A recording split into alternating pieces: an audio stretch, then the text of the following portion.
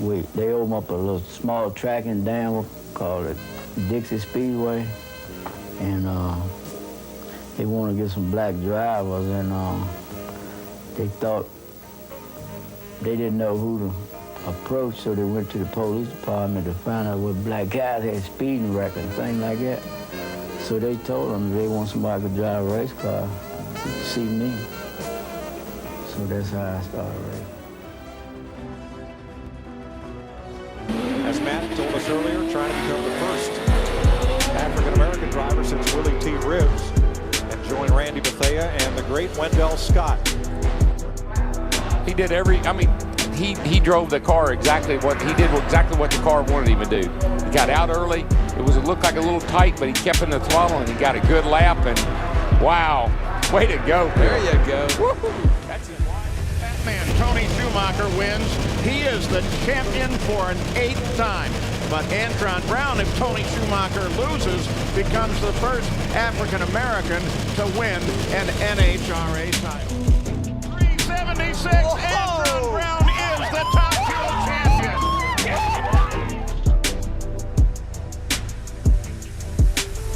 These need to be the best 7 laps of Darrell Wallace Jr.'s life. That was a good first part of it right there. Turn number 4, Darrell Wallace Jr. is going to get his first win in the Camping World Truck Series. His final time through 3 and 4. He's going to do it. Bubba Wallace wins at Kansas. Ready. What they gonna say now, baby? Let's go! Record is equals. Lewis Hamilton wins the Turkish Grand Prix and is a 7-time champion of the world. Get in there, Lewis. What a way to do it, mate. What a way to win your 7th world title.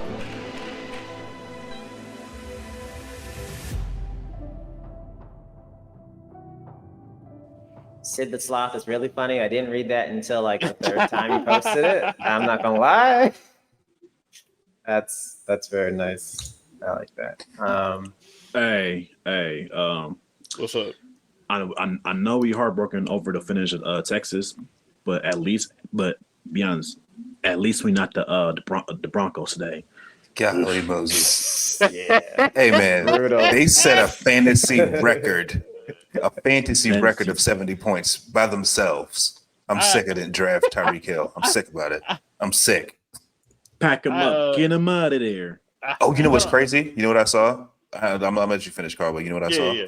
So Mike McDaniel used to be like the ball boy or something for the Broncos way back when.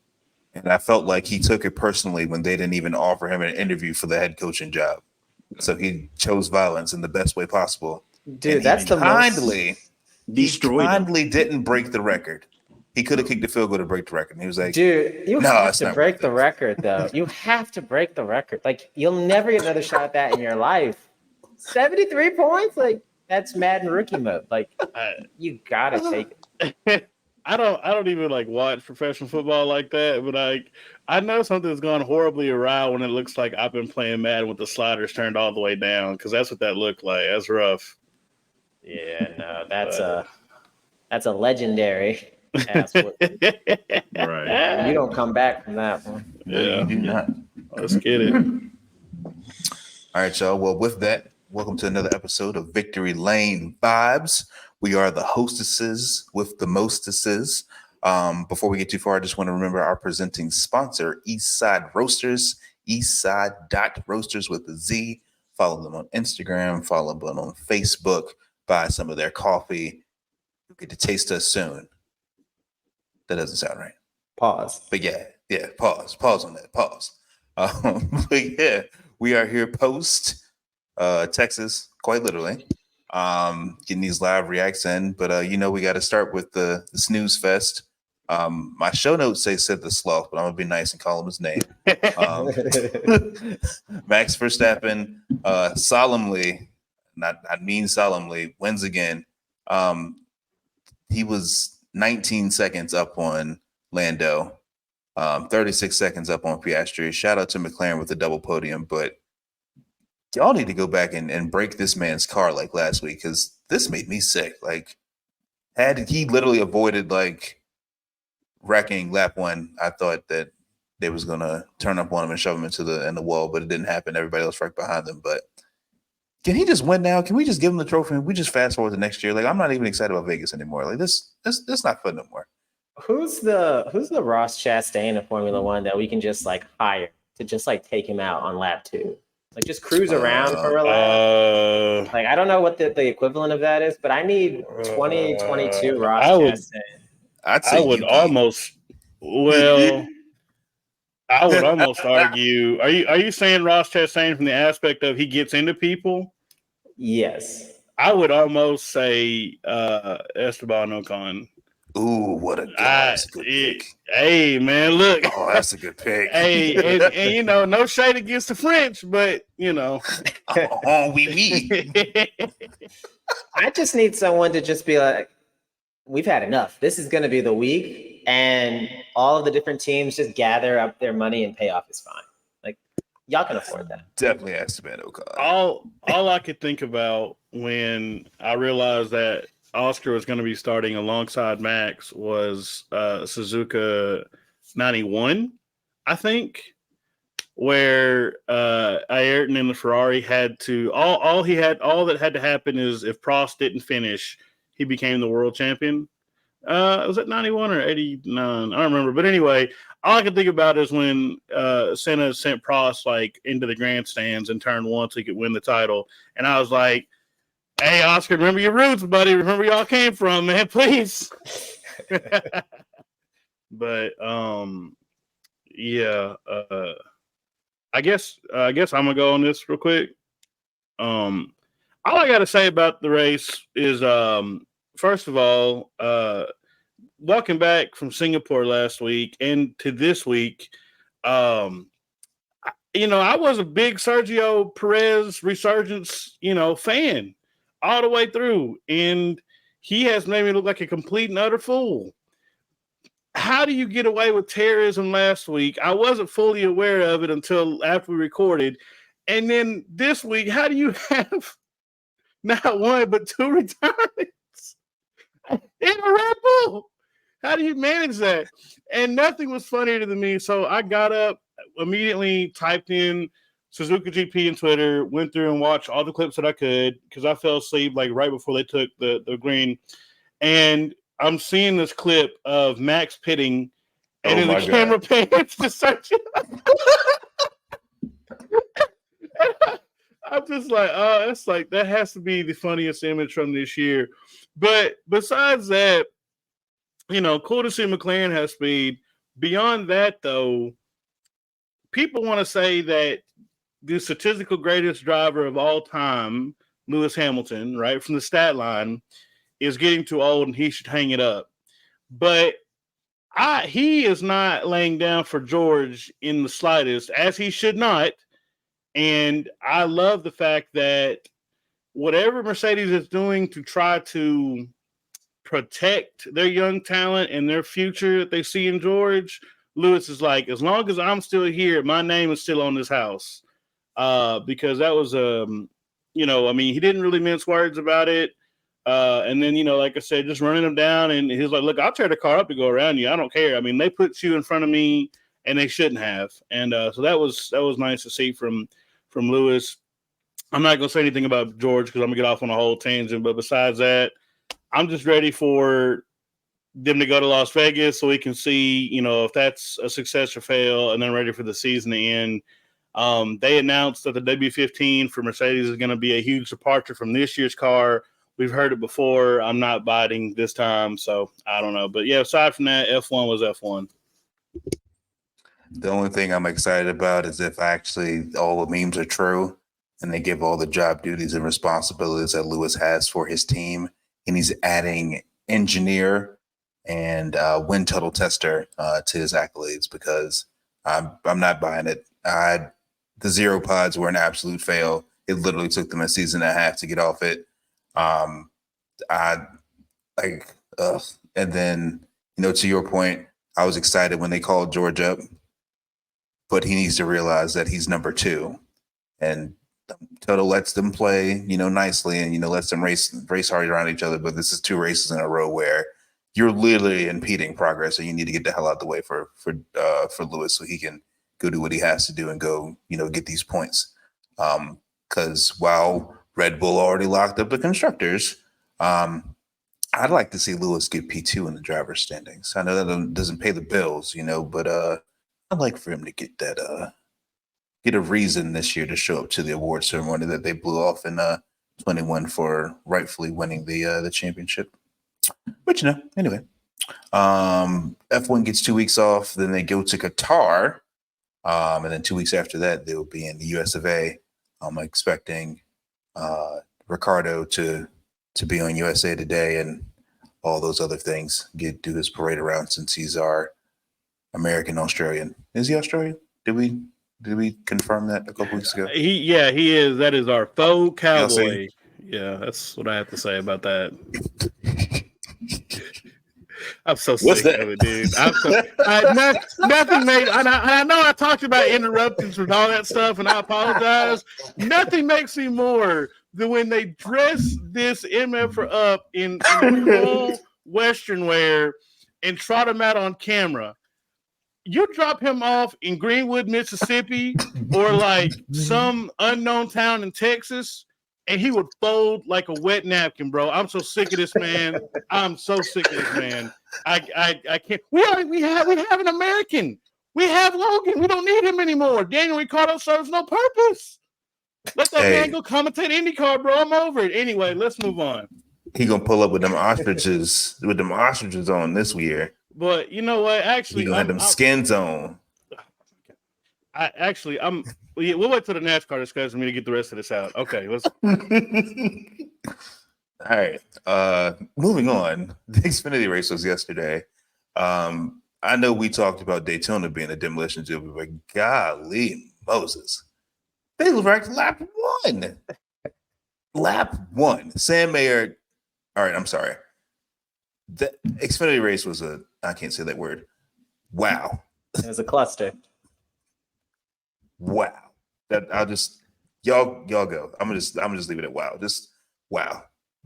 Yeah, I'll go first. It was a surprise. Yeah, like it's one of those races that's like it's hard to put into words because like I feel like every 5 laps there was some kind of calamity that was just going on. Like but like fast forward to the end, I was really pulling for Allgaier. It seemed like he might have had the car to beat for large portions of the race, and then the 20 with John Hunter has just been on a different level all year, and it seemed like they flipped the switch. And then, Justin and Parker got into it. Parker, you're this week's contestant on Lights Too Bright. Late in the race, side by side, and just washes up the track. So, again, I feel like I say this every week that I'm on, but like you tip your hat to John Hunter in the 20. Like they've won their 82nd race of the year. Good for them. But yeah, it's just a lot of chaos in this race, which I didn't expect. I mean, Texas in general, for both races, both the top 2 series, gave me way more chaos than I expected going into the week. I figured there'd be some, but yeah, it was something to behold for sure. It's just crazy that he's won all these races, and they literally go into Phoenix even Stevens. I feel like that's the most disrespectful thing about this playoff format. You bust ass for 35 weeks. Then NASCAR's like, nah, you're all equals. Whoever gets the highest finish wins. What kind of disrespect? Anyway, shout out John Hunter Niemakar. I think that's what you called him last week, Bonte, didn't you? Niemakar. Yeah, I did. Carl, your thoughts? Oh, yeah. Okay, yeah, I'll go. Xfinity was Xfinity. They used to have back in the day when it was Nationwide Series, the branding names are made here. And names certainly are made in the Xfinity Series for fabricators because they tear up stuff every week. No, I mean, look, for Texas, it was good. Obviously, I'm a Need Me Tech fan, and seven wins on the year is, great, from my standpoint. So I'm excited about that. But I will say, the 48 with Kligerman, I keep wanting to confuse him and AJ Allmendinger because I feel like both those guys are guys, if you went to a concert with, they'd be like really annoying in your ear talking about how much they love a certain song. Every time I see one of those two, it's like that's the guy that would bring you like 2 Red Bulls and be like, yeah, man, I heard this song and I recorded it and said, whatever. Shut up. Anyway, Kligerman's put together a great couple months, and I certainly am rooting for him. But yeah, that turned out a little unfortunate for him. But I don't know. I just hope that I guess they have next week off, and it's just the trucks, right? So they don't come back until the Roval. Yeah, that'll be fun to watch. So no, I don't have much to say about Xfinity race. Xfinity was Xfinity. So I will say that some people got mad at me for me being critical of Riley Herbst, and I noticed that he was out pretty early. Now I did not see what happened. So if I'm wrong, I'm wrong. But was it typical Riley Herbst behavior, or was this something else entirely? My sources say it was Riley Herbst being Riley Herbst. Yeah, that's what I thought. Behind the fence. Yeah, that's what I thought. I only caught the last half of it. That's what I felt. Anyway, I'm not gonna go too much further into that because I don't want to get in trouble again. But we'll let Bonte give us his take on it. Xfinity. That's all I have to say. Hey, Tony Stewart, I know you getting caught cheating again over in your drag racing and your NHRA team. If you just want to throw away some money, and I don't mean this offensively because that sounded terrible, but kick out Riley Herbst and put Haley in the car. That's what you should do. If you love her so much, she's full-time in SRX. Promote her to Xfinity. Let the girl drive. Might as well. I mean, she can't do any worse. Yeah, I mean, sell some T-shirts. Hey, yeah, look, bro. Some die-casts. It's that Drewski meme. I'm holding up his hands. I'm just like, hey. Oh man. So where does that leave us? Are we at Cup already? It's a short week. Wasn't any trucks. It was. F1 was boring. Xfinity was Xfinity, but yeah, this Cup race though, coming to you live. Like I said, this is a live reaction to Racing Sunday. Hello. Yeah, we just did it, and some of us are having to laugh through the tears right now, and I'm gonna let you figure out who that is. You go find out soon. Yet? He's talking right now. That's who. Anyway, before we get into the Cup race discussion, I got a quick short rant I need to go on about 2 different things. Let's get it. One of which is, so apparently, I guess this week the drama on NASCAR Twitter has partially been about 1 or 2 things. One has been about that gentleman that was at Bristol that got filmed flipping off Joey Logano. The other being Matt DiBenedetto, and I'm going to talk about both. We're not going to name that guy that was in the stands. A lot of us know who he is, but it is what it is. My issue with it is this. We'll start with the Bristol thing.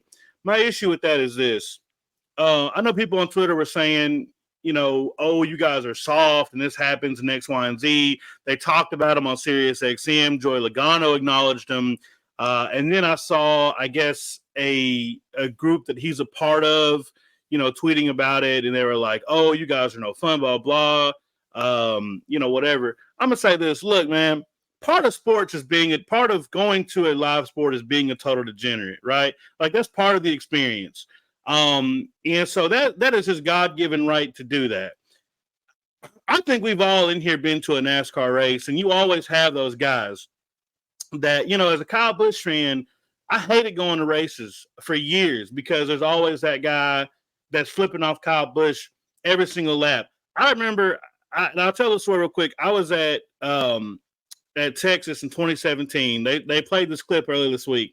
And so I managed to have hot passes that weekend. And so I was hanging around the garage area, and I snuck into the Cup garage. Well, as rolling out for Cup practice, there's this guy standing alongside the pathway the cars use to go out on track. And this guy is giving Kyle Busch the biggest double birds I've ever seen in my life as he's pulling out, right? And so we're standing there, we're watching practice, and Kyle Busch wrecks, and this guy is just cheering and just jubilant or whatever the case may be. And I know he thought he was like the funniest guy in the world, but everybody was looking at this guy like, what is his deal, man? So I say that to say this. You are totally free to be that guy at a race or any sporting event You also, though, are not free from being subject of discussion, right? Or being judged. If you look like an ass, it's because you are one. You know, if you go to a card game and you can't tell who the sucker is, it's because you're the sucker. So yeah, you're free to do that, but that doesn't dismiss you from freedom of persecution. And I'm sorry, you look like an ass doing that. So let's just get that out the way. You know, I mean, there's always going to be those guys at races, and we always talk about those guys. We always make fun of them. So I mean, as long as that gentleman is good with himself, I guess it's all that matters. The other thing I have a slight rant about, and feel free to open this up afterwards, is Matt DiBenedetto, because the bottom fell out of that cloud this week. And I'm so sick of hearing that man's name, I'm going to censor it on this podcast going forward. I'm not joking either. Let me just say this. So if you don't know, if you weren't following, he obviously announced at the beginning of the Truck Series playoffs that he had come to the decision to depart from his role as a driver at Rackley WAR. Let's remove all the hearsay for a second, right? Because there's hearsay on both sides. Obviously, people that are his detractors, such as myself, have heard some things, we've seen some things, and it's helped us form an opinion. And so what happened this week was it was announced that those two will be parting ways for the last three truck races of the year after he got he didn't advance to the next round of the playoffs after last week, right? I'm going to say this. My father gave me sound advice at 18 years old, and that is don't put in a 2 weeks notice unless you're ready to quit working today, which means your employer has no duty. They have no commitment to you once you told them you're leaving. If you tell them you're quitting and they've decided they don't need you anymore, hey, that's it. They didn't owe Matt anything, right? Matt told them, hey, I'm leaving. And Rackley said, okay. And if they came in and told him, the day that he made that announcement, hey, you know what? We're hiring, I don't know, Lane Riggs, whoever, for these last three races. It doesn't, Derek Cope, who cares, right? Then that's on them. They're not in the wrong for doing that. They own that team. Guess what? That team is self-funded on top of that. So how dare you try to demean this team and shame them for making a business decision? And people want to say, oh, well, he won them a race. One is doing a lot of heavy lifting. And the other thing is, if you want to say to me that, well, Matt DiBenedetto took a 20th place car or truck rather, and got into the playoffs. Well, they also spent their own money because, mind you, Matt brought none. They spent their own money to align themselves with a winning truck organization. Now, GMS hadn't been too hot this year, but at one point in time, it was the NASCAR Camping World GMS Truck Series, okay? So, I don't think that it's fair for everybody to go after a Truck Series team for making a business decision like that. And I would say I hope all the best for Matt, but I don't. And that's all I had to say about that. So, we can open up to discussion. That I had to get that off my chest. I was so steaming mad about it. I was giving this whole speech to myself in the truck this week. Yeah, I'll jump in real quick. Choosing violence. Yeah, ahead, from the get-go. I feel like I'm going to stick to the Matt DiBenedetto. I think the fan, he doesn't deserve any more attention than we've already given him. I think Carl summed it up pretty succinctly. But as far as Matt goes, this is a guy who seems to constantly be burning bridges on his way over them and then looks around and wonders why he's on an island. Like, there's no reason why you should constantly be in like these sort of situations, I feel like. And, to Carl's point, the team has to look out for themselves first, right? Like you said, they don't owe Matt anything. And if you say, hey, I'm leaving, I'm not in your plans, that's totally fine. Like, you have that right. But just like you have the freedom to make that choice, you have to live with the consequences of that choice. And if for the team, it makes more sense to get anyone else in the car, give them a shot, give them seat time, whatever, they have to do that because they have to exist long past Matt DiBenedetto's time in that organization. So, I really didn't understand that backlash either. It doesn't make sense to me. Like you said, this isn't Hendricks where they've got billions of dollars and tons of resources ready for whoever comes in the off season. They have to, like I said, just make the best decisions for them. So again, like Matt just doesn't seem to be making the best career choices as far as his racing career goes. That seems to be a pattern to go back the last couple of years. There's a reason why he continues to descend down the Cup Series ranking instead of going up. So, best of luck to you, I guess. But I mean, that CDL might be looking real nice this time next year. It's really interesting that somehow, some way, he had a Cup ride. Was oh woe is me when he lost it, and by the grace of God and poor replay on NASCAR's part for not having that wreck in 4K when he did win at Talladega, you have the audacity to think that you're more important than you are. We don't care about you, dog. Bye. See you later. Who going in the truck though? Who gonna finish the season out? Did they announce it? They don't know yet. Yeah, go ahead, Monte, please. Go ahead. I'm gonna say this out loud, and I really don't give a damn at this point no more. Carl, you may have to censor this, but please don't. All right, bro. Oh, I'm not gonna say that. I'm not gonna say the F word respectfully. Okay, all right. I can give it 2 ads about Matt Benedetto. I don't care about him. He suck. Simple as that, and that's all I'm gonna say. Man's just trash though. Anyway, look, yeah, man. And, it'd be one thing if he was like very forward facing and very much with his fans. We've had some people on this podcast in the past that are drivers that despite the situation, right, they still have a great presence among the fans, right? He doesn't even have that. What does he have, a charity? No, what is he doing? So why are y'all coming out in droves for this man? What has he done for y'all that what have y'all?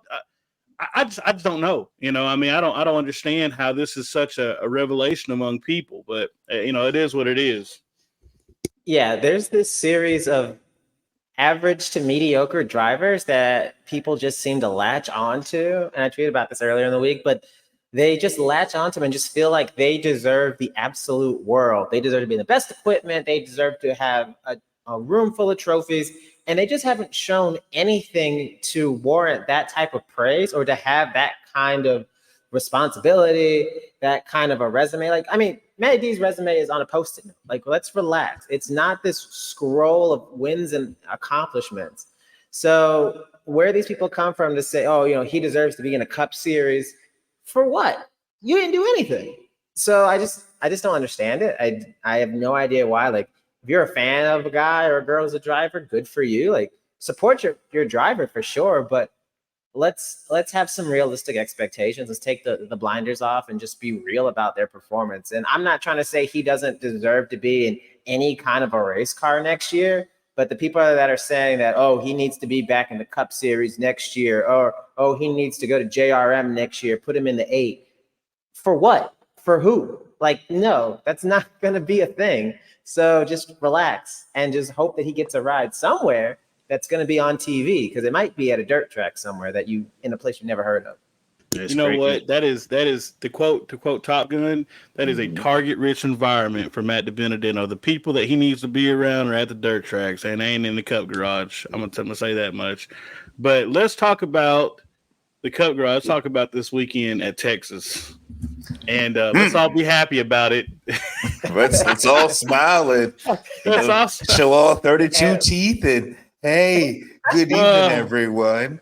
Who's the Cup race in Texas? Can I start? Are we doing Cup or are we doing 2311 corner? No, we'll do Cup first. No, we'll do Cup first for the whosoever automotive blah blah at Texas. Go ahead, Art.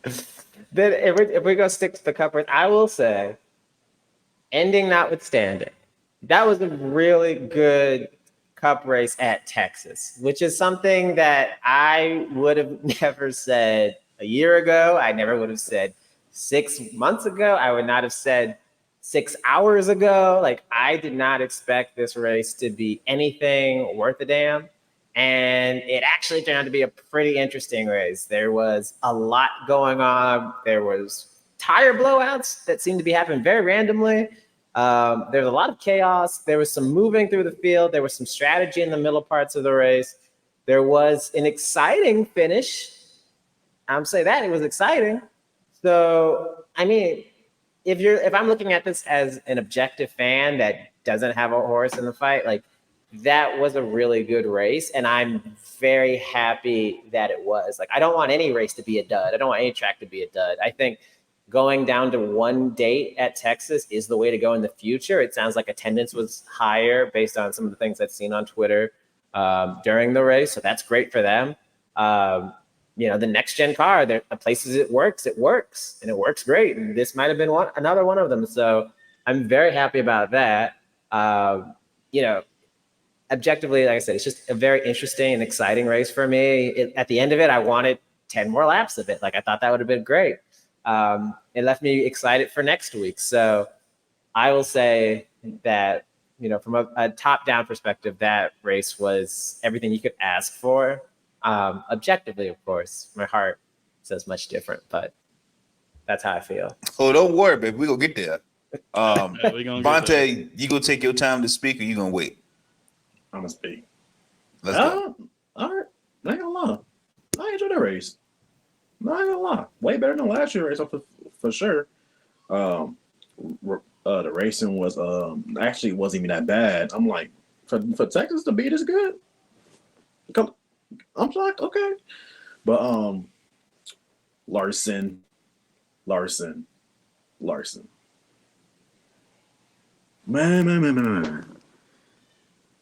Well, kind of pack him up, but like the second, I think he led like the second most laps than that whole racing incident. People, like, it was a racing incident. Bubba did not touch Larson. So let's get that out the way. Lou Larson's fault. Well, racing incident, you know what I mean. But overall, racing wasn't that bad. A lot of tire issues, but not too much. Other than that, I'm gonna get to my other, you know, in a minute, but racing perspective, it was cool. Carl. Yeah, you know, man, I have to always be a little bit biased because Texas is technically my home track.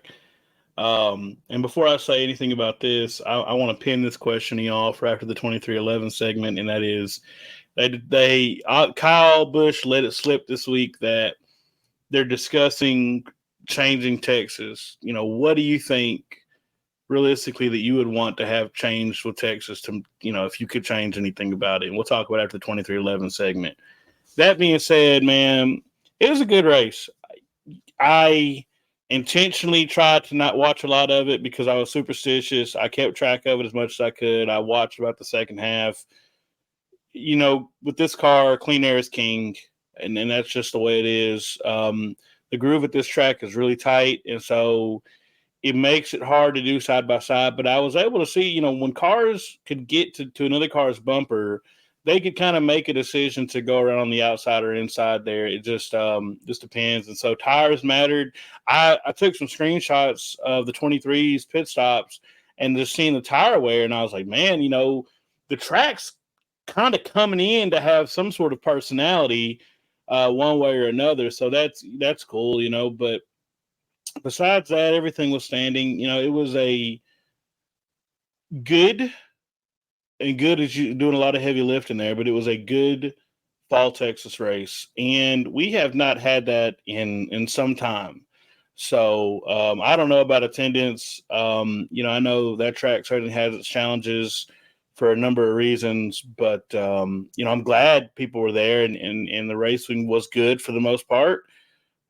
So yeah, I mean, you know, hey, I'm happy that it happened, but I'm happier that it's over. So we can go ahead and move on. So yeah, just to tie this with a bow, just wanted to give our inaugural Lights Too Bright award to Kyle Larson. You're welcome. Thought you would have learned from Pocono. Clearly you didn't, but you know, whatever. But yeah, Texas, I don't like Texas. I'll be the first one to say that. I thought NASCAR was crazy having the All-Star race everybody hates Texas. It's trash. But for once, it actually, you know, the track sort of raced like a video game. If you've ever played any of the recent NASCAR heats, racing Texas, the way that, you know, the grooves expand and all that stuff, it put on a really good show, honestly and truly. We saw a lot of, I wouldn't say a lot, but there was some tire calamity, even though Goodyear brought a different tire to this race. The fall off wasn't nearly as great as I would expect it to be on a 100-degree day. But there were some points throughout the race where you could see it, where pit strategy did prevail and did not prevail. There were some comers and some goers and some stayers. It was genuinely a good Texas race. I'm really excited for us to sound off on that question that you posed to us, Carl, because I got a lot of suggestions. But all in all, in the grand scheme of things, it was a great race. William Byron got a Mickey Mouse win. I'm standing on that on all 10. And HMS gets their 300th win.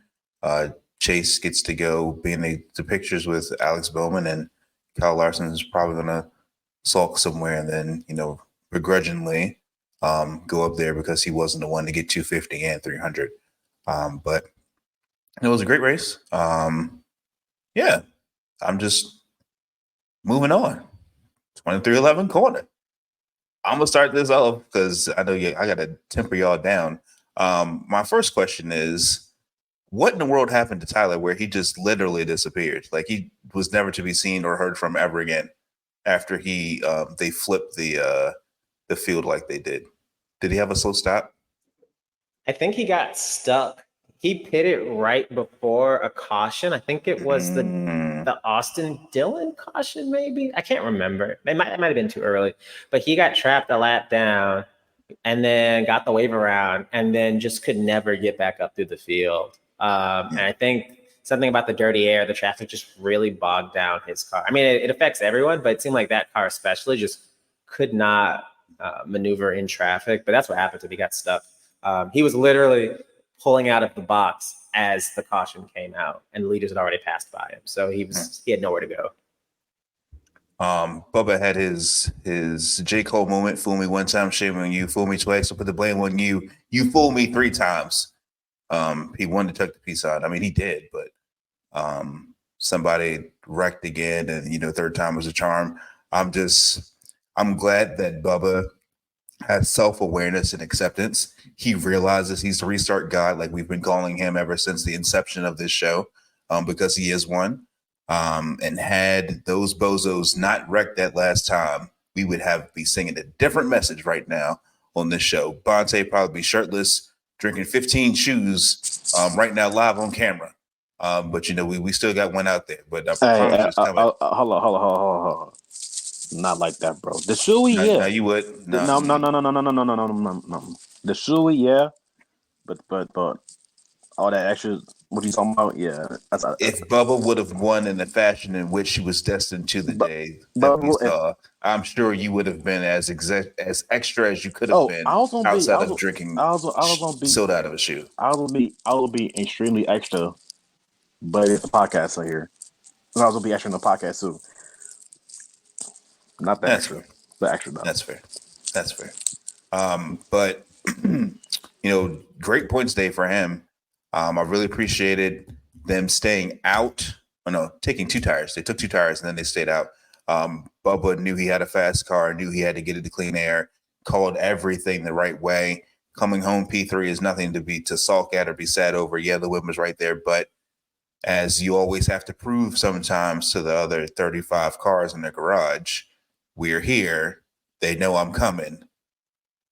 You're a race winner at Talladega, and hell's going to be there'll be hell to pay, I should say, come next week. So hopefully he doesn't beat himself up too bad.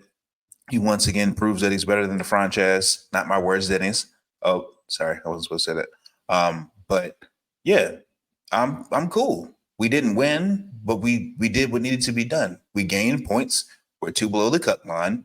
We moved to one of his strongest tracks, his home-ish race, since he's from Alabama, Talladega. Let's get some stage wins and let's put in victory lane and win, with it not raining. Shut the haters up. Carl? Yeah. Man, I got to tell anybody that's listening, it is a unique experience to have your heart in your throat and to be watching this race and for everybody you're watching it with to be about 2 laps in the future, because I'm watching the stream and just for clarity, just to show you how the sausage is made, we had a bunch of people recording to try to get a reaction in the event that he won. And I'm at the restart I'm coming to the restart by the time that Byron has set sail. So I'm like, let's get it. And everybody's like, it's over. And so, man, look, this entire weekend, incredibly proud of the performance. I've said it on the show before. I've said it on Twitter. You couldn't, 2 years ago, I would have been thrilled with the top 5. I would have been beyond the moon with the poll if it was possible. Last year, I was happy with every top 5. And in that poll at Michigan was, icing on the cake exceptional. For this to be a more common occurrence this year, they've had pole winning speed, just have had, either clouds come out in qualifying or spun at Nashville or whatever. They've had top 5s, they've led laps. To come into form like this has been exceptional, and it's been great to see. You hate a situation like today. You will always think about the what ifs. What if that caution didn't come out, X, Y, and Z? But to take away a solid and be like, look, at one point in time, he was going to lose third and managed to rally back to be right behind Ross. I mean, he was hungry for it. And so I am immensely proud of being a Bubba Wallace, and I'm so happy to call myself a Bubba Wallace fan, to see him performing like he did today. And so that was great. The stings, obviously, Talladega stung, the All-Star stung, the Coke 600 stung. You're going to have those races, but I firmly believe that getting better all the time, he is compartmentalizing all the stuff that holds him back, and we, albeit late, we are seeing a new Bubba Wallace, and it may not come to form by the end of this year, but we are definitely seeing a new Bubba Wallace, so that's been fantastic. I know this is a 2311 segment. Tyler Reddick was there. Okay, my time is done. No, Jared's laughing, but I mean, Tyler was there. He had a cool car this weekend. I was looking at Shane's tweets. Apparently, they just flipped it on the back half and just couldn't get the pace back. Hated seeing him get taken out in that last caution there. Hopeful that if anybody has to win their way into the round of 8 at the Roval, it's going to be him. And so that, I want that to happen for him, because there's going to be 3 guys going into that race that are going to be must wins. One of them was leading today, and the other 2 might be Tyler Reddick and Kyle Busch. And the latter of those 2 winning their way in would be great with me, so long as it doesn't put Bubba out. So excited for next week. I think that, Daytona, the 23 was fast, got wrecked still there at the end. Talladega literally, was in a situation to win it, made great calls, just didn't execute at the very end. He knows what not to do now. Daytona, that he had to play it safe.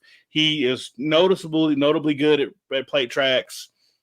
I fully anticipate to this time next week, talk about, we had a stage win and stage points. You want to say a win, but you can never call these things and like that. But I certainly feel like it'll be a great showing and give us some breathing room going into to Charlotte, and that's all I got to say about that. All right. Yeah, I feel like, actually, I'm surprised. Barrow was more positive than I expected. I thought I was gonna have to be like the preacher coming up to the pulpit, like raising the spirits after that. I'm gonna start at the giant 70,000 foot space laser level and then like zoom in. So right before we recorded, I went and looked at Bubba's performances at Texas. Do y'all know that in the last 8 races, the only 8 races Bubba's raced at Texas, his average finish was 22nd. Like that is dog food. That is horrendous. Terrible. It's awful. Dude, it's like sorry, cut you off. It's like the same. It's so similar to New Hampshire when he finished third last year and finished eighth this year. So yeah, the man's getting better. So watch out. Yeah, like it's one of those tracks that he is just really struggling. His only finish that was in the top 10 was his first start back racing for Petty. But to go from that level to this year, where you had pole, got stage points in both stage, and ended up in third when you were fighting for the win, that just shows such a level of improvement as a driver and improvement as a race team, because some of those terrible starts were under the 23. So it's not like he was just struggling in the 43 in Petty equipment. Like, no, he's had bad finishes since joining 2311. So I'm really proud of that effort. This is a track that we had all kind of marked as one that he had struggled at, but felt there was potential there. And then for him to come out, get the pole, get that first pit stall, like that's exactly what you want. Like that set the tempo for the weekend. So that was great. And then if you look at how the point standings look, so now I'm drilling it even further. We came into the day minus 14, I believe was the number. And we currently sit at -2. We had some luck with some folks falling back to us. I will continue to pray for Kyle Busch's downfall, unfortunately, just because I need it. I'll now pray for the downfall of Ross Chastain, Brad Keselowski, Kyle Larson, because they're the next cars above. But he's only 2 spots back, guys. Like, and I say guys as in people in this room and the listeners, like, that's not far. And he's only 10 spots back from Keselowski in 7th. And yeah, we know Keselowski has been great historically at Talladega, but he's been pretty bad at road courses. So the next 2 races are really going to be feast or famine for him. So there will be opportunities if he can end up getting caught in some of the chaos, which is always a big if, but there are points to be had, right? There is a path to victory, to making the round of 4. You know, we could easily see a scenario where he comes out and wins at Talladega. We know the team has the ability. We know the driver has the ability. They run up front at these tracks often. So, like, for all the doom and gloomers out there who are hanging their head tonight, understandably so, like, it's okay to be disappointed. Like, I want him to win too. Like, I was on the edge of my seat praying and had my fingers crossed, toes crossed, everything crossed, like hoping for it. Like, it's okay to be upset about it, but there are just a lot of positives to take away from it. As far as the race they ran, they played it pretty smartly for the most part. I was questioning the decision to come in and get tires and give up the track position early. It ended up working out for them at the expense of some of those stage points. So that just, to me, was a bit of a head scratcher. But at the end of the day, you were in a position to win. And, you know, I would much rather have my driver be in a position to win and come up a little bit short than have him ride around in 30th place and be afraid of the moment and not take a chance and go for it. And we've seen at Talladega earlier this year, and we saw in this race again, like, Bubba's not afraid to go out there and go all out against some of the best guys. I mean, he's driving door to door with Larson, who half of NASCAR source is the best driver in the world, you know, and was able to hang with them easily, you know. So I just want everyone to keep in perspective that, yes, like, this is disappointing, but the sun will rise tomorrow. They'll get back in the shop, watch some tape, and we still got a shot. Like, that's the biggest thing I just want everyone to keep in mind, is that this was a really, really good day.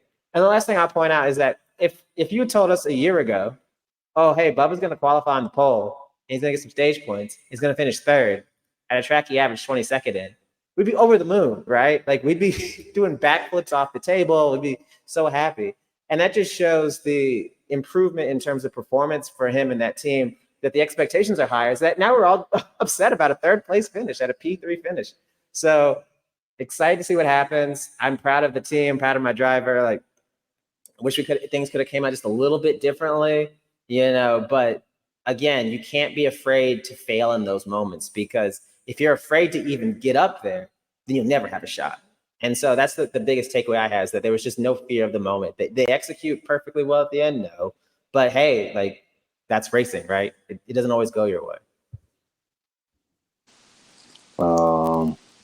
I am heartbroken. Man, I don't know. I'm just, I wanted that win so bad, man. But outside of that, I'm happy as hell that Bubba drove his ass off this race. Literally, like the whole weekend has been great, and I had confidence. I had confidence that he'll do good this weekend, and he did. Even though I'm sad about not getting the win, but career high in laps ever. Not only that, him having like a career race is just fantastic. Outstanding, man. Let's be honest. This is only the beginning. Like Bubba said yesterday, this is only the beginning. And I'm looking forward to it. Like this new Bubba Wallace. Like man's coming, and he finna lay it down. Yeah, I mean, I feel like I can say we, as I was speaking for all 2011 fans, Will Wallace fans, Tyler Reddick fans, with this organization being so young, you get, I'd say, a heightened sense of excitement when you see your driver in the front. You see your driver having a chance to win, because we're not Hendrick. It's not, we're not there every week. We're not Trackhouse. They used to be there every week before Chastain got neutered. It's not oftentimes where you see utter and complete dominance and you actually have a chance to take it home from Saturday to Sunday. So while P3 is a really good finish, you are a playoff driver. You did what needed to be done. You got stage points. You risked the pit strategy to be there in the end, and you were. And, that's just the luck of the car. It's just the luck of the draw sometimes. But, P3 is nothing to hang, the heads on. Art just said he's trash at Texas, and he finished third and qualified first by a large margin. So better than I expected for this round. You can point your way into the round of 8, and we're definitely well on our way. I just hope that they don't bring the Daytona car to Talladega. Please leave that one there in the shop. That car's trash. Leave that one. Build a new one, and then bring something else, because that car was not it that he had in Daytona in July, about August. Oh yeah. I was going to say the February car was great. Yeah, hopefully they bring that one. The summer race for it. No, don't bring that car. Oh, baby. Sorry, Luke Combs. Don't bring that one. And I thought that car was good too, but I think he was just intentionally just being really conservative. Which I totally get. But I just want to say real quick, in the time frame we've been recording this, I've seen you've got to laugh now to stop from crying. But and we can go on to some other stuff, but I've seen 3 different publications, NASCAR NBC, and motorsport.com post the headline saying that like Bubba Wallace said that he choked, like out of context. And it's so funny to me that I just I don't know, man. It's just so humorous to me that I don't feel like any other driver leading on the last restart and then finishing third to William Byron probably would have gotten that kind of treatment. And I mean, we see it all the time, but it is what it is, bro. But yeah, man, like I said, look, stuff happens, he owned up to it. It's fine. Just move on. Yeah, that's all I got to say about it. So, what else we got? We got to ask Bonte. We got that question. No, we ain't doing that yet. Oh, yeah, that's right. Yeah. We got a fully loaded Ask Bonte question. We got a whole slew of them. Carl asked, there's rumors that Texas, as we know it, is going to be demolished, tore down, and burned to the ground, as it should be. How would we like the configuration to be set in its place? Me personally speaking, take what we had at Atlanta and turn that into Texas. I don't like the super speedway package, blah, blah, blah. Atlanta has trash. Texas has lights. Give me night Texas at old Atlanta's configuration. this car will sell that race out, and Texas will never again have to worry about attendance issues. This car races so well at mile and a halves. We see it all the time. Hell, we saw it today. Give me old Atlanta at Texas. Or I got one. Y'all ready to hear it? Walmart. Build a Walmart. Tear it down for good. Build a Walmart. Walmart, Sam's Club. I don't care. Just get rid of it. Get rid of it. That's it. Art, are you going? Yes, I will go. Okay. I will try to save this segment with something. I like the idea of all Atlanta in Texas. That seems like a realistic possibility. So I'm going to go the opposite end of the spectrum. I'm going to give you an unrealistic possibility that I personally would love. And I know some folks don't love super speedway racing, but if everything's going to be bigger in Texas, give me a giant 3-mile Talladega Daytona hybrid in Texas. I want the biggest track. If everything's bigger in Texas, like Texas, you ain't coming back next week. If y'all know anybody wants to be on this show, let us know. Look, I'm gonna change the logins. We're voting Art off the island. I'm changing the logins as we speak. No, like I want a 3-mile Daytona Talladega hybrid under the lights. Give me the biggest track possible. Like Texas, I hear all this lip from y'all about how everything's bigger in Texas. Everything's big in Texas. Cowboys and horses, whatever. Prove it. Money where your mouth is, and build me a giant monster racetrack that's so big you can have a landing strip in the middle of it. That's what I want. That's exactly what I want.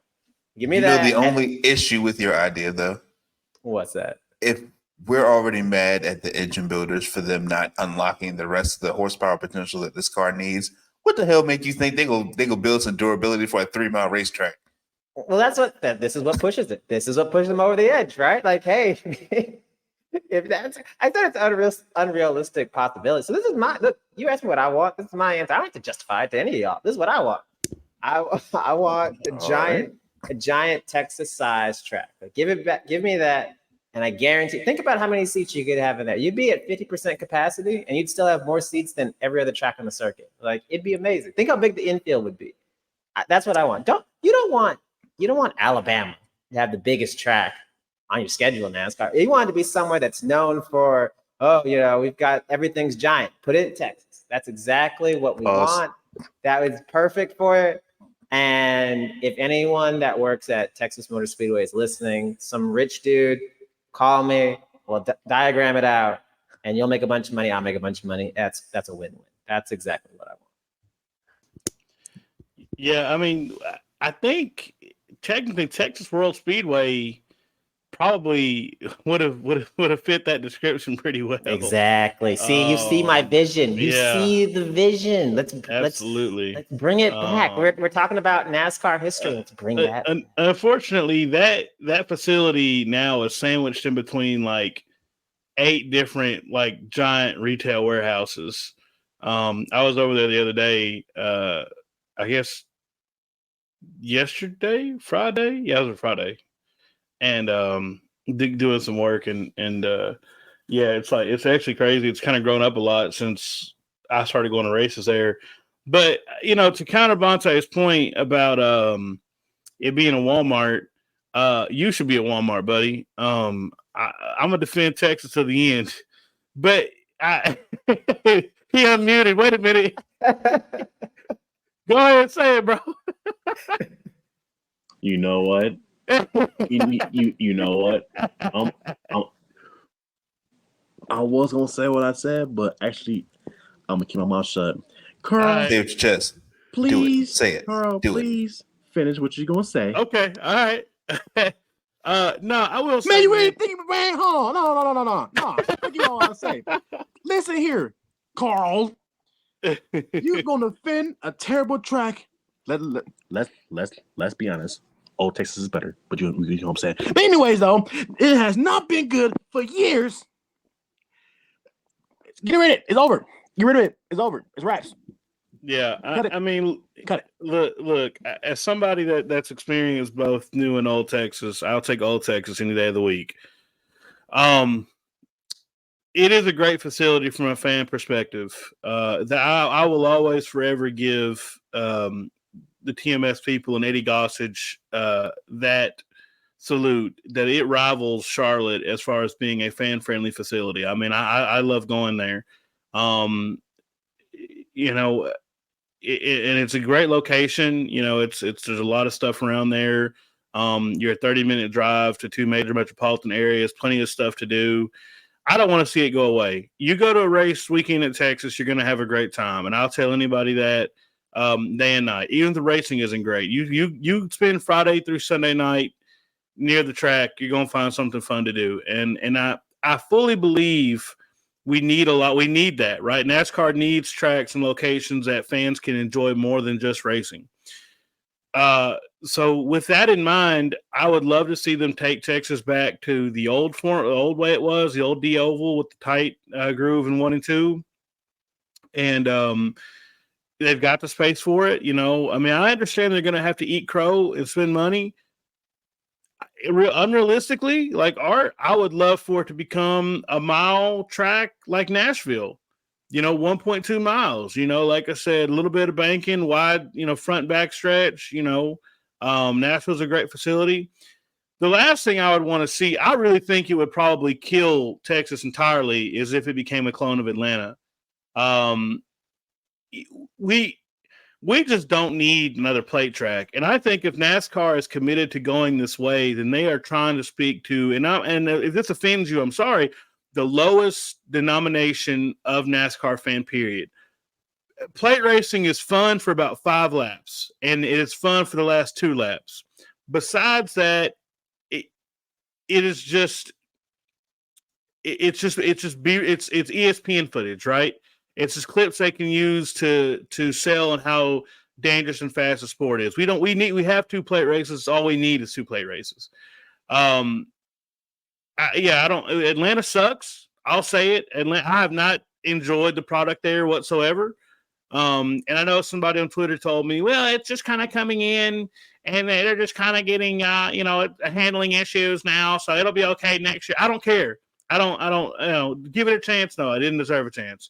So, L. Yeah. I'm sorry.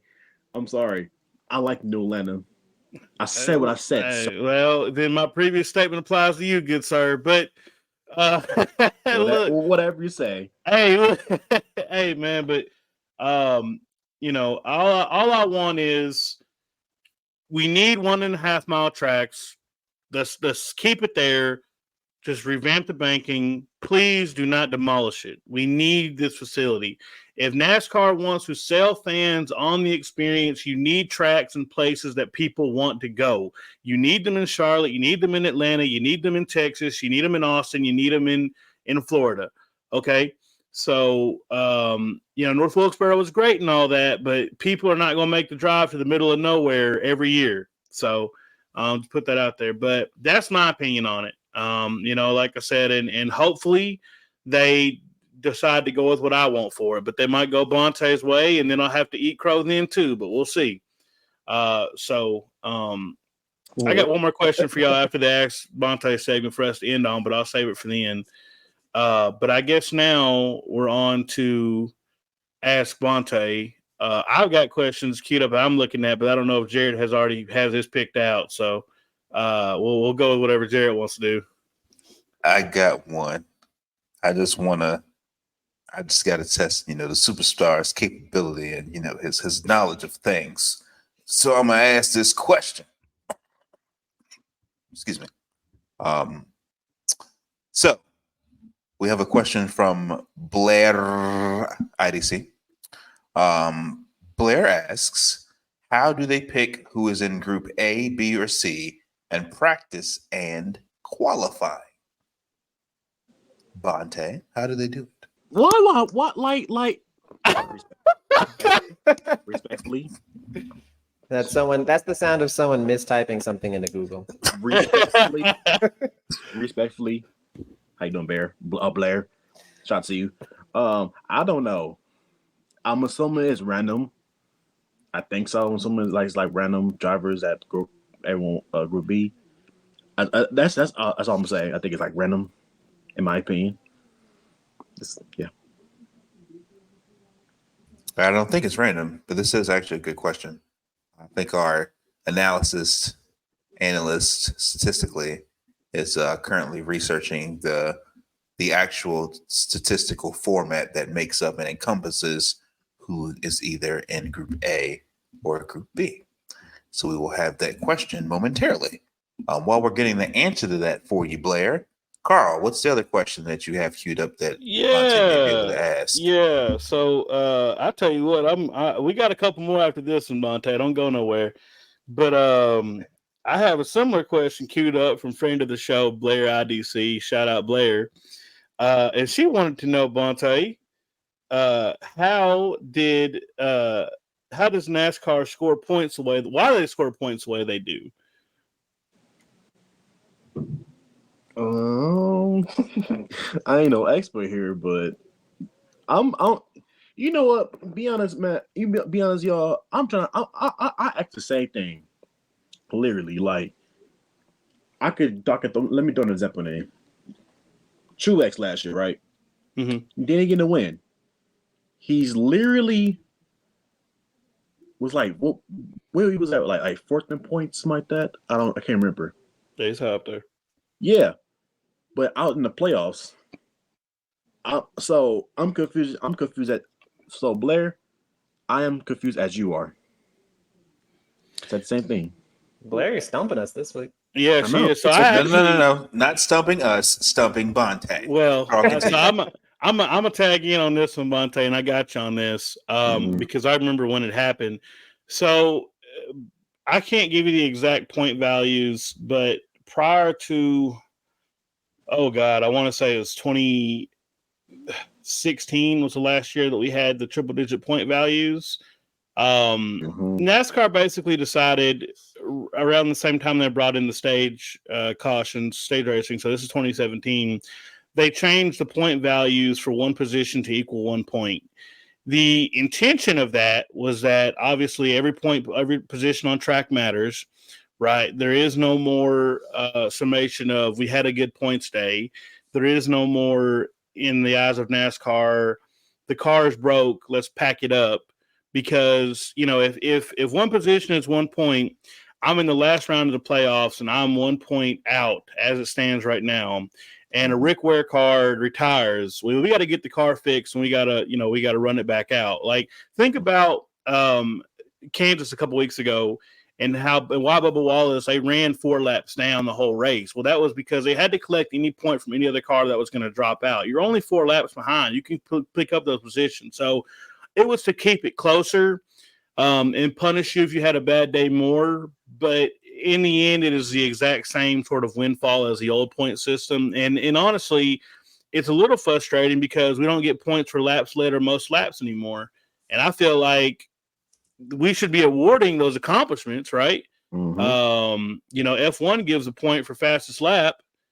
We don't, why don't we give points for laps led anymore? So, but that's the answer to that question. Not verbatim, but that's why that is anyway. But thank you, Blair, for asking us those questions and stumping us, or stumping Bonte. Can I just go in there just to piggyback on that Carl's point? Like, this is a tangent, but if I ruled NASCAR, I would bring back the points for laps led, leading the most laps. But I would go even further. I would give you like 1 point if you got the pole. Like, I just feel like that's something that's an accomplishment that everyone's going for. And I feel like that's something that should be rewarded. That might be more of a point credited to the folks back at the shop, more so than the team at track. Sure. But I feel like that's something that would warrant something. And I always feel like that kind of gets overlooked in terms of points. So I just would love to see that. It'll never happen, but that's something I'd love to see. This is going to be uncharacteristic for the show, but I'll say this: make qualifying great again. But because I mean, it used to be years ago when I've been watching for 20 years. Can I say this? The pole was a big deal, because it got you into the shootout in February. And Blair, if you're listening, I know you're a new fan. Before we had the Clash, they used to go down to Daytona and race an exhibition race before the 500, and the determining factor that you qualified on the pole. They rewarded you for that. That was a big deal. You listen to the Dale Jr. download. They talk about, winning the pole for certain races meant as much as winning that race. And we need to bring that back. Qualifying used to be a big deal. Now, if a guy like Kyle Larson or William Byron or Christopher Bell qualify 12th, they're like, no big deal. We'll make it up. If they qualify on the pole, they're like, hey, that's cool. We should celebrate that more. So, yeah, definitely to piggyback on that. I got 2 more questions that queued up, Jared, unless you have any more. I was just going to add to it with Bubba winning the pole Saturday. He is locked into that godforsaken race. Oh, is the pole still a qualifier for that? For the Clash, yeah. Oh, okay. I didn't even know. I have to redact myself. I thought it didn't matter anymore. I don't know. I don't know why I thought that. Okay. Stupid. Go ahead, Art. So yeah, I did a lot of quick Googling because I wanted to find a nice, distinct answer to the qualifying question. And I could not find a succinct answer. But the short answer I found is that groups are actually set by even odd finishes from the previous race. I thought it was something to do with that's either. Interesting. Yeah. I thought it was something much more complicated than that. I thought it was random picks. No, I thought it was something akin to how we had the qualifying formula the last couple of years when they didn't do qualifying. That's what I was thinking. I think they still use the qualifying formula, which to give context for folks, for a while, I think it started during the COVID years, but they weren't doing qualifying to limit track time and exposure. So they had a formula set up, and the formula was based on team owner points, your finishing position in the last race, and your team owner's position from the last race. So all of those were weighted into a calculated score that it spit out, and that would determine qualifying. But I do think they still use that if qualifying gets rained out. Mm-hmm. Yeah, they do. They do. So we got to the bottom of that. Yeah, the gang strikes again. All right, Carl. Go ahead and I see the questions, but I'll let you ask because it's funnier. Okay. Well, I put him in the other chat by accident, so he may not be looking at the same questions. Another question that I have is from BW Nation, and this is my boy Chance Boyle 4, and he asks, "What is y'all?" This is actually not a Bonte question. This is an all of us question. He asks, "What's y'all's favorite diecast, and does that diecast have any personal history with you?" I'm gonna go first. Okay, so I'm gonna be completely honest with you. Outside of my race win Bubba ones, there is one Bubba diecast that I love a lot. His Black Lives Matter card from 2020, because it had that race showed. What I'm trying to say that race, it was so much stuff going. It was so much stuff going through in 2020, and Bubba wanted to draw that card, but he ain't had no. I think it was he didn't have like a main sponsorship to driving the car, right? So the Blue Emo deals happened where they were racing at Bristol. He got wrecked by Boyer. Boyer was like, I got you, Bubba. Hey, wasn't that fun? Do. And like he often does. And Bubba got mad, said, forget it. I don't like doing this. And then the Blue Emo guy was like, hey, was on Twitter just bashing Bubba and decided to pull out for that one race, acting like he'd like crippled RPM for the weekend. And so they had that opportunity to put something on the car. Mm-hmm. Yeah, and then they put the Black Lives Matter on that car, and he raced his ass off. Literally, everybody know how RPM RPM was not good in during the Genesis era, obviously. So him, because he had finished 11th in that race, right? Yeah, with Johnson. Yeah, finding his ball for the race. that put him on the map, and I'm so glad this diecast was made. Yes, I got the authentic in the 1-2 sport, but like that diecast meant so much to me, and I'm glad it's in my collection. Man, I'm gonna age mine. I'm gonna age the hell out of myself with this one. I have an autographed diecast of Dale Jarrett's championship winning season. Ooh, okay. That was my boy way back when I started getting serious about NASCAR. So that was near and dear to me because that was before he found Michael Waltrip. That's my boy too. We're big fans of DJ on the show. Oh yeah, of course. Shout out to DJ. Oh, and then another thing too. Shout out to BW Nation, aka my boy Chance, for this question. Yeah, for sure. I'm afraid I don't know whose answer is going to be longer because me and Art have quite the collection. So I'm literally looking around the room. I'm like, oh god, how do I narrow this down to one? Hold on, Art. He said, "I'm looking around the room." I had to go and dig and find mine because Art, you have one extremely specific diecast that I really wanted, and you know what it is. Know what it is. Yep, I do. You know, rappers talk often about I got money in a mattress, and I was thinking today, I was like, man, I got diecast under a mattress.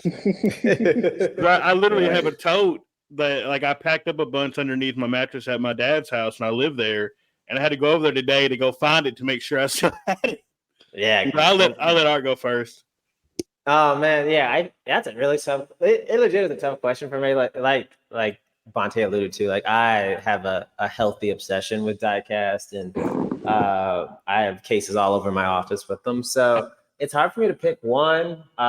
There's a few that I would choose, but I guess if I had to pick one, that's my favorite. Is I have Jeff Gordon's final ride, the Homestead car. It's the raced one, and it's signed by Gordon, Gustafson, and Rick Hendrick.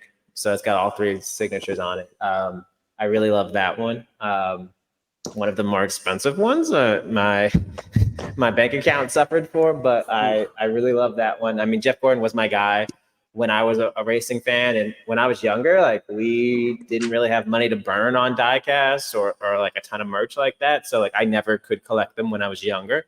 And then I left the sport like as a fan and came back to it. And so like it was just one of those things I was like, man, like kid me would love this, and adult me still loves this. So that car would probably have to be my favorite.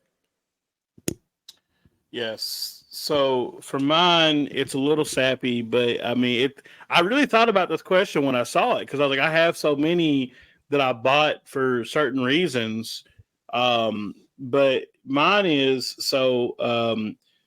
part of me being a NASCAR fan was like that was something my mom introduced me to as I grew up. That's how like we bonded because I was able to go online, you know, while I was at school and stuff and read on J-Ski and talk to her about all this stuff and really kind of become like a NASCAR insider for her. Right. And so she loved it. And that was our relationship, you know, as I was growing up and she passed away in 2009. And, you know, I remember telling her in 2008, I was like, Mark Martin is going to race for Hendrick next year in Kyle Busch's old car. And she was over the moon about that. And, you know, and so she passed away in March of 2009. And the full week after she passed, Mark Martin won his first race of the year at Phoenix. And so to give a little bit of context about how excited I was for this, at the time I lived with my grandma, I don't know if y'all got grandmas or not, they go to bed at like 7 o'clock. Back in the day, Phoenix used to run to like 9 o'clock at night. Like we used to be a night race. So I literally was jumping up and down shouting. Like I was so excited that Mark won in that race. And so I have that diecast and I've been so afraid of it like falling and breaking or whatever. I've taken it out of the box once. And I just have neglected getting a case for it and all that. But that is my favorite diecast because that was a moment come full circle for me.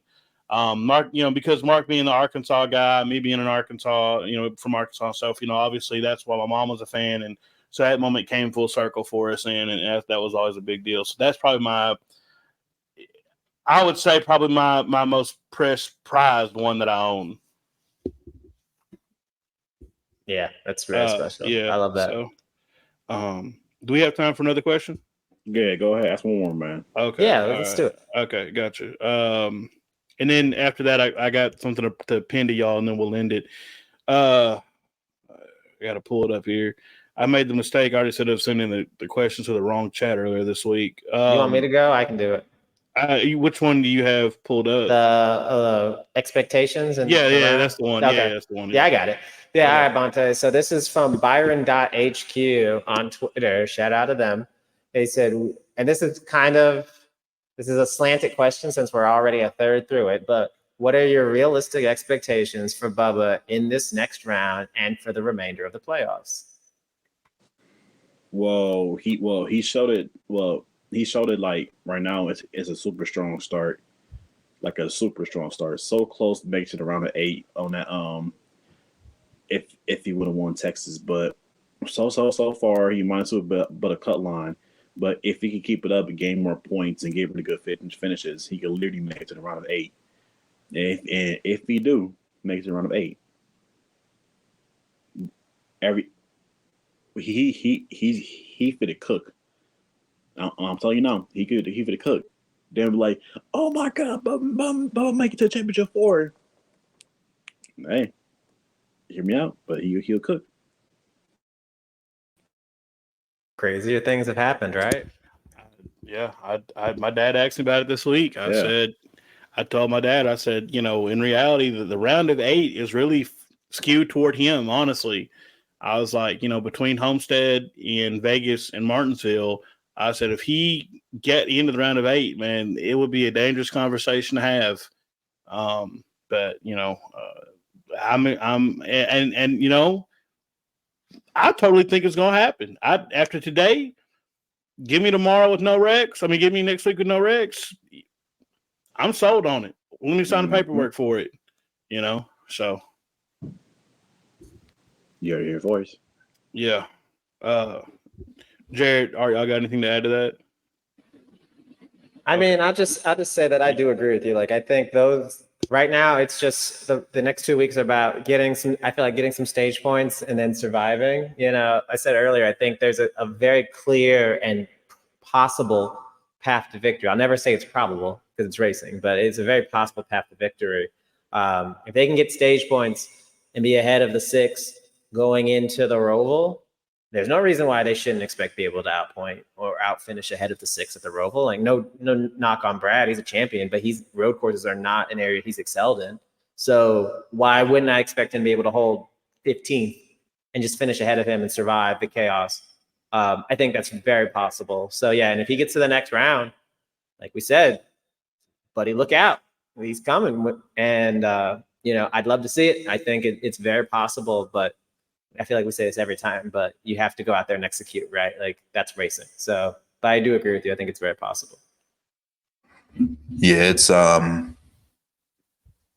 he overcame and endured what he did to make the playoffs, and he overcame 19 points to get to where we started today. He got a pole, he finished 3rd, and he got points on everybody that he needed to. It's 2 points. We looking at 2 points going to the top, Dega. 2 points. Yes, he can make it. Yes, if he can get through this, the round of 8 goes back with tracks that are more in his favor, more of his skill set, more of his discipline, and more of his car strength. So, why not? It seemed like 8 was a stretch, 4 was a stretch. I have all the confidence in the world. If this man finished 3rd today and called himself out on where he needed to improve in an area where he's already the best at statistically, y'all in trouble. I'm confident. I'm confident for him. I think he'll do it too. Yeah, absolutely. Y'all in trouble, man. And what a tone change this is from an hour ago. See, look. We had to bring you back around. We had to bring y'all back around. Talk you off the ledge. Hey, here we are now. Like, look. Tomorrow morning, tie that rope. I want all of the negative folks out there who listen, and we know y'all exist. We love y'all because y'all listen and y'all fans of the show. I just want you to wake up, go look at your window, see the sun rise. The sun will still rise tomorrow. We still got a shot. You know, a lot worse places you could be. Absolutely. I'll say this though. I know it's I know he didn't get the win. We trust me, we all said about it. But be happy of what he performed today. Like, just be happy how Bubba did at Texas couple hours ago. I'm grateful. I'm happy as hell. I think y'all should do the same too. And this is the last note on that, and then we can move forward. But I would just say, if I came to you in February and I said, "Hey, I'll give you Bubba Wallace -2 of the cut line going to Talladega," would you take that? Because I'd take that real quick. For real. I'd take that all day. So that's the reality we're in now. You know, this past race, the last round, doesn't matter anymore. You're 2 out going to Talladega. Let's go. Yeah, I mean, you know, you don't want to be down about it, right? Because, you know, I just saw a tweet where it's like, you know, no other fan base is this big over a loss. And you know what? You can say that, but it's also like no other fan base has to deal with a thunderous applause when anybody but their driver takes the lead, right? From their driver. I mean, like, let's put the other part to that. Like, as why that was so gutting was because you just want to shut people up. It is every day nonstop with these people. Bob, you know, and not Bob, front stretch. I forgot. I don't know who with front stretch, but mentioned to Bubba, like, look, they keep moving the goalposts. And it's like, I'm just ready for them to run out of turf to put the goalpost on because they're getting pretty close. So, you know, but that's all I'm going to say about that. And I got one last thing to talk about. And then if y'all got something, we can open it up. My question is this, and I'll go last on answering it. We talked about a little bit ago with schedule changes. If you could make a change to the playoffs and it's not getting rid of it now, and it can't be a schedule change and something, it's one or the other, what would it be? And I'm whoever wants to lead off on that would be pick me. And the only reason I ask that is because unfortunately Brett Griffin, who is about as accurate as, you know, I don't know what's an inaccurate gun. I don't know. And accurate as a dart with no feathers, tweeted out that there's rumors of another plate track and another road course being in the playoffs. And so that what got my mind thinking about that. But yeah, go ahead, Jared. I want Kansas at night. That is your season finale. That is your championship race. Wouldn't it be too? How cold is it in Kansas in November? You know what? Cold. You know what? 800 horsepower. Let's get it. I'll go next. I think the change that I would like to see, I would like to go back to Charlotte for the finale, and it'd be on the oval. I feel like, yes, I get the appeal of going to Phoenix. I understand that Phoenix does it up big for NASCAR, and they come out there like it is a attraction in all caps, bold underline when they come to Phoenix. But I just think there's something really appealing about NASCAR ending the season at home. I think it'd be a nice little tip of the cap to all the crew folks that drive the trucks, that work on the cars, that can just go home. They don't have to drive the truck back after the season's over. You know, they can just go down the street. I just feel like that would be a really fitting way to end it in front of the closest thing to a home crowd, air quotes, that NASCAR has, or at NASCAR's roots.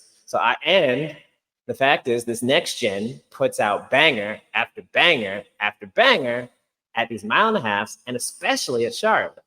So I'd get rid of the Roval, and if you're going to swap that in with another road course, fine. But I would love to see the finale be at Charlotte. Kansas at night, like Jared said. I agree with. I'll do that. Is that all you would do? Yes. Okay. Wait. No. Switch out Texas. Put that in spring. Out for the Texas race. Hot take. Put Michigan there. That's interesting. I think if I had to make any change, it would be, and this is hard, so I'm going to break my own rules because I can't make this one point. I'm taking a plate race out of the playoffs entirely.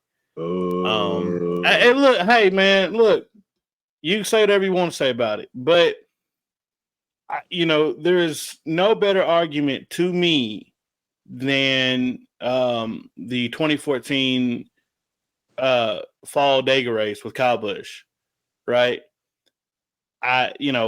Mind his business, was good to the line, caught up in somebody else's mess and took off. The way these guys race now, it has turned me off plate racing completely. So I'm biased entirely. It's probably going to stay in there because it's great for TV. That's fine, whatever. So that's not really realistic. We're always going to play racing playoffs. So what is realistic and what I would say is let's do it big. If you want to end the season on the West Coast, if you feel like, your audience is out there and you can sell a season finale out there, go to Vegas. Go to Vegas. Do the whole thing out there. The whole your whole thing. We show up Wednesday. We're doing press. We're on the Strip. They end the season on Sunday night, and the following whenever they're doing the banquet out there. Give them a whole week. Don't let F1 show y'all up and create a show out there. So y'all do something too. That would be my move, honestly, if they want to do that. I'm 100% behind Art's idea, though, of let's have it at home. Absolutely. I think there would be no better nod to the fans than to give us the fall Charlotte. We've got rid of Homestead, right? If we're not going to go back to Homestead as a finale, which we should, but we're not. If that's the way they want to go, put it on the mile and a half. Matter of fact, hell, do it back to back. Let's roll. You got 5 days. Convert it over to the Oval. That's the season finale. But anyway, that's all I got for that. Can I offer you an idea? Maybe I know we are on opposite ends of the spectrum when it comes to plate racing, but what do you think about this? You keep a plate race in the playoffs, and I'll tell you why in a second. But instead of it being where it is, it starts around. So let's say you have some kind of catastrophe, right? And you finish 35th. You still have at least 2 races to try to work on it. And the reason I say that is because I am a big fan of the idea that if we're going to have a playoff, and I'm not a fan of the playoffs, but if we're going to have a playoff, that the champion has to be able to navigate everything that NASCAR has to offer. Right. And whether we like plate races or not, they are a huge part of what makes NASCAR unique. Yeah, and it's a huge part of their history and the schedule. So I think you have to be able to go into a short track and do well. Have to go to a road course. You have to go to a mile and a half.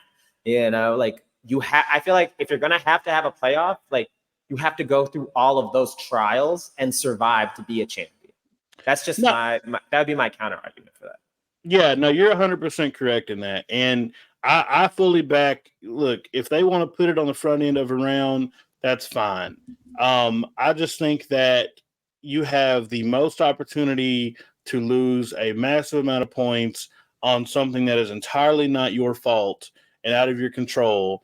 And that's just brutal. I mean, you can win 24 races, I don't know, you can win 28 races in a season and you get to race 29 at Talladega, and if it's placed in the schedule the right way and you get caught up on, a wreck because somebody like Riley Herbst took you into the wall or whatever, who didn't even belong in a cup race. I'm just using an example. I don't have an agenda there. And it's all over with, so that's my whole ordeal. But yeah, no, I mean, put it on the front end of a deal. Let it be there. Yeah, plate races are essential to what NASCAR is, what they have to offer. We need that. And it's plate race excitement and X, Y, and Z. I'm just burned out on them. But that's just my own personal take on that. See, I think some of your anger is misplaced towards the playoffs versus just plate races. Yes, entirely, absolutely. And that's a tangent for another day, but yeah, I mean, I think most of us in here would love a good old fashioned with tweaks Winston point system. I think that would be ideal. But yeah, I mean, if you want to take that argument, and I don't disagree with you, you could win 35 races in a row and blow an engine lap 1, and you don't go home with anything.